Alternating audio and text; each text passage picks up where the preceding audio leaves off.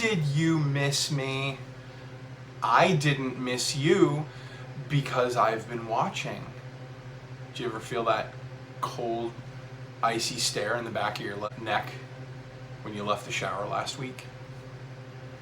That was me, copping a peep. This is my first video in like 12 days because I never believed it when YouTubers were like, I literally just don't have time. Like, how do you not have time to just talk into a microphone about something that you like? You goddamn nerd, get to work. No, that really happened. Life got away from me. I went on a trip to Chicago because that was fun, and it sounded fun, and it was fun. And then we came back, and then a week later, I had a concert. And then a week later, I had another concert. I saw Death Cab for Cutie and Postal Service, and then the following week after that, I saw Death Clock and Baby Metal. Two wildly different shows, but ultra dope nonetheless. And I'm working on a special project kind of video for a fellow YouTuber named Mr. Aiken. And I love his channel, I love his work, and I wanted to do something special for him, but I'm going to be completely honest, that project has been relatively draining. And so I'm kind of stuck in this spot of like, I hit 104 subscribers, which I want to do like a 100 subscriber special. I have a bunch of like YouTube short sketches that I want to do, but good Lord, I'm just like, there's not enough me to go around. Well, physically there is. In a desert island scenario, you could all have a bite and there'd be plenty left over. But I mean like, time-wise. So I got to thinking like, oh God, I hope nobody forgets me. And so here we are, just doing a quick little video so that you don't forget me. And so these are the 5 comic book instances of amnesia that are most interesting. This title is too long, but to hell with it. Number 1, what do you think of if you're a Marvel fan and forgetting stuff? That's right, Spider-Man's marriage. Spider-Man's Aunt May got clipped, and my man goes around his multiverse asking everybody like, hey, can you save Aunt May? I really don't want Aunt May to die.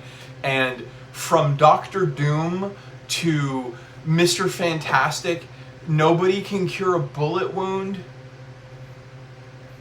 Comics are stupid. So he literally goes to the devil. Mephisto. You know, Mephisto, the character who's never going to be in a Marvel movie. Did you hear that right, nerds? Mephisto's never going to be in a Marvel movie because China has express rules about putting devils and devil imagery in their films, and if you think Marvel's going to pass up on that sweet China paycheck again, you're crazy. So Spider-Man goes to Mephisto, and Mephisto's like, all I want for payment is your marriage, which is the dumbest thing I've ever heard. But okay.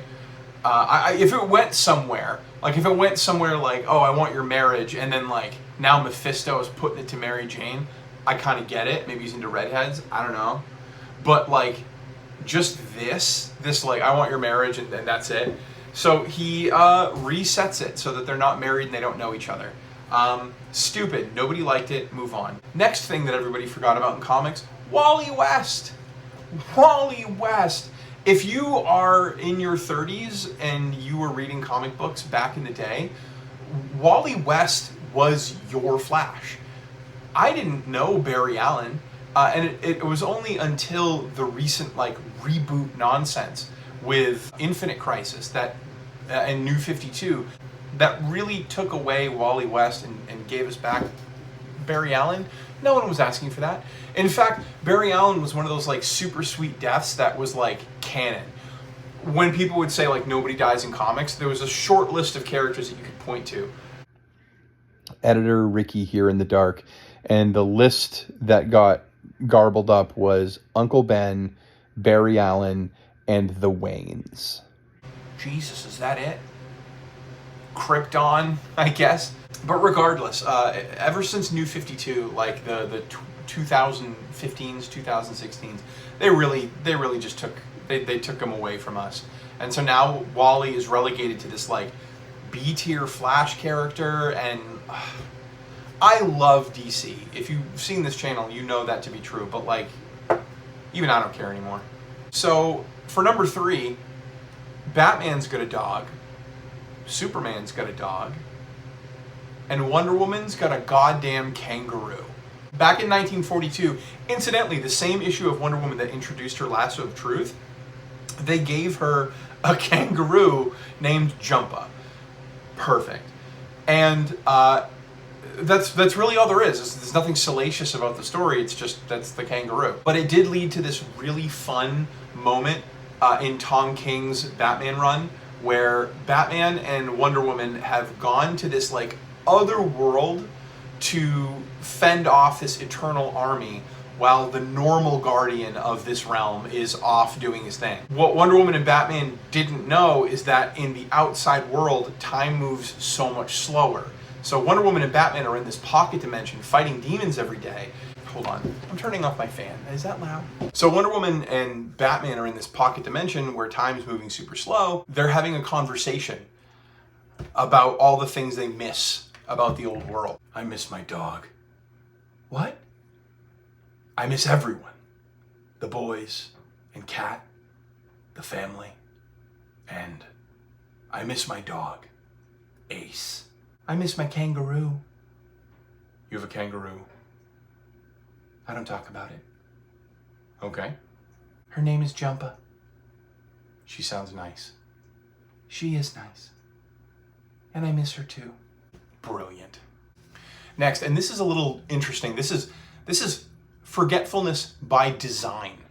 The Sentry, a Marvel character whose origin story is that they used to be super cool and important and loved. They sacrificed everyone knowing them so that they could solve some crisis event. So then years later, when the character is reintroduced, it's as simple as just like a couple sentences to make it make sense that he's back. He came back in the New Avengers. But like, I don't know, I actually thought that was really clever, that like a character can exist before we even know them, and then we're just getting caught up to speed because the magic spell that made people forget him worked on us too. That's actually really, really clever. Finally, number 5, Power Girl. When she first came out, the only direction that the artist had was that she's going to be blonde, white girl, and stacked. She was pretty popular for reasons, but they didn't know like what kind of story to give her for a background. So back in Crisis on Infinite Earths, the original one from the 80s, they actually retconned it so that she had ties to Atlantean royalty, and that's why she has the powers that she does. Flight, I guess. Arthur can't fly, but whatever, ignore it, it's comic books. And then years later, when they did Infinite Crisis in the early 2000s, that's when they linked her to the Earth 2 Superman, which I really like that version. That makes sense to me, because there were times when she was affected by kryptonite, so it made sense that she was Kryptonian. But at the time, back in the 80s, that was used as a device to be like, oh, what is she? No one really knew is the answer, and so Power Girl went through a lot of different iterations until she finally landed on what she is after Infinite Crisis. And there's even this there was this explanation as to the boob window. Why do all of her tops have this boob window? Well, it's because she felt like she didn't have a identity. Batman's symbol goes on his chest, Wonder Woman's bustier even has the W, Superman's got the crest. But because she didn't know who she was, she had this absence of an icon. Look, half of the battle of comic books is just explaining in the best way that you can stupid decisions that were made by people decades ago that didn't care about the story dilemma you're having today. So I like it when writers can kind of fold in old things into new things and breathe a little bit more life into it. I actually dig it. I dig the boob window, strictly for plot purposes, of course. But that's it. That's the update. That's what I've been up to. I haven't posted a video in 12 days. This one's going to be edited tonight and posted tonight. What is it, 9:20? If I don't post this video on 9:20, you are fully allowed to punch me in the throat the next time you see me. If you see me in public and I don't post this video, you can punch me in the throat. Actually, that'd be pretty neat. I could meet a stranger on the street and get punched in the throat and be like, oh my God, why did you do this? Oh, you're a fan of the channel. That's cool. Know that I'm still working on things. I put on my channel banner that this is a 2 video a week thing, and I've posted so frequently that even though this is the first time I posted in 12 days, I've still kept that 2 video a week goal, just because you post a video 5 days later, you post a video 4 days later, eventually that catches up. So I'm still in good standing, but I definitely have a lot more work to do.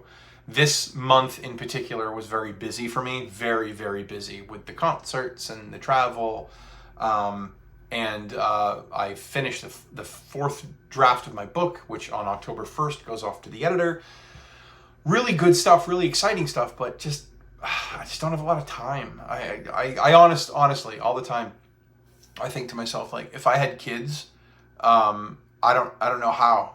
I don't know how people with kids do anything. Like, Mon Comics, I look up to him so much, just because, like, how do you do any of this with children is beyond me. But hitting 100 subscribers and seeing that number slowly tick up, and seeing the engagement of you guys, and just the constant support, you're amazing. You know it. I know it. Love you. Bye.